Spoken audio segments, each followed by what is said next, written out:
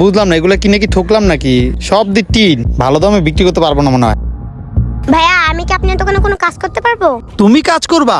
জি ভাইয়া, আমি আপনার দোকানে সব কাজ করে দিব। আরে তোমার তখন খেলাধুলা করা বয়স, লেখাপড়া করা বয়স, তুমি এখন কি কাজ করবা?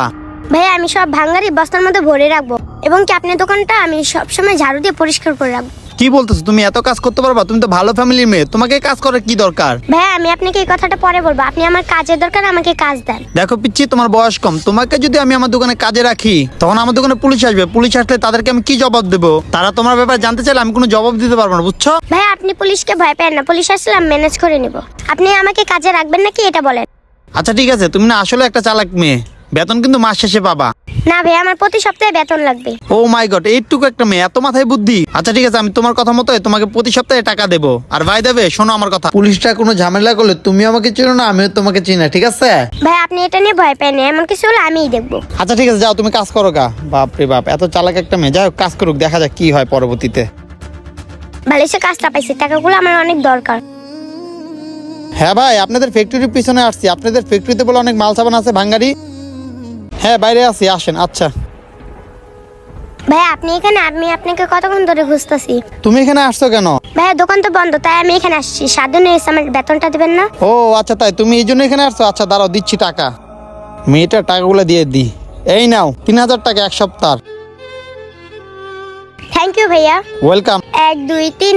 লামিয়া তুই এখানে? আরে বাবা তুমি এখানে? আর এই লোকটা আবার কি?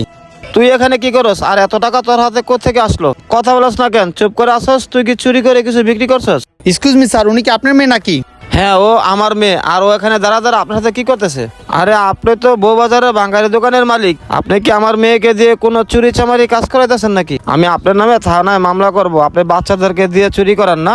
আরে স্যার, উল্টাপাল্টা কথা বলবেন না, চুপ থাকেন। আমি ওকে দিয়ে কোনো চুরি করাই নাই। আপনি তো ভালো না, আপনি আপনার সন্তানকে দিয়ে এসব কষ্টের কাজ কাম করান। বুঝলাম না, আপনি কি বলতেছেন? আপনি কি জানেন আপনার এই মেয়ে আমার এই ভাঙ্গা দিয়ে এক সপ্তাহ ধরে কাজ করতেছে? আমি বুঝলাম না কি এমন কষ্ট আছে ওর জীবনে যে ওই বয়সে কাজ করতে আসছে।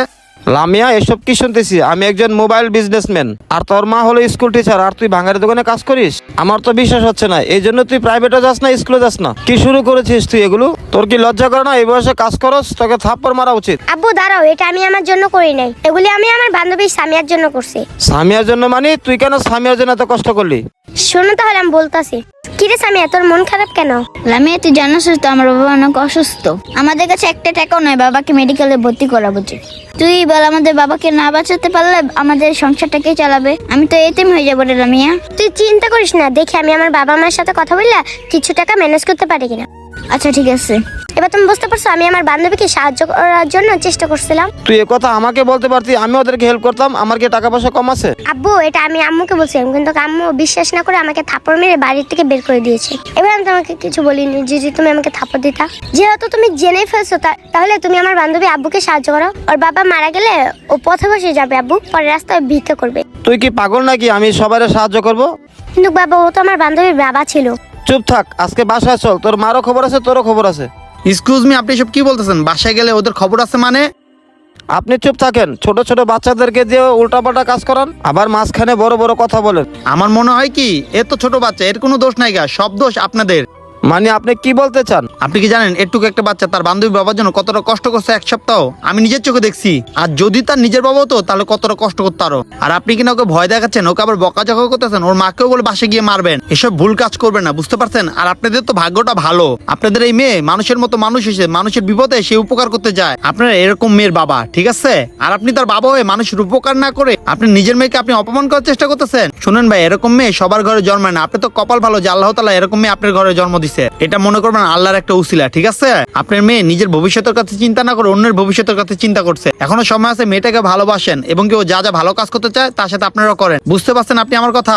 জি ভাই, আমি আমার ভুল বুঝতে পারছি। আমি এখনই আমার মেয়ের বান্ধবীর বাসায় যাব। ওর বান্ধবীর বাবাকে আমি হেল্প করব। ঠিক আছে ভাই, যান।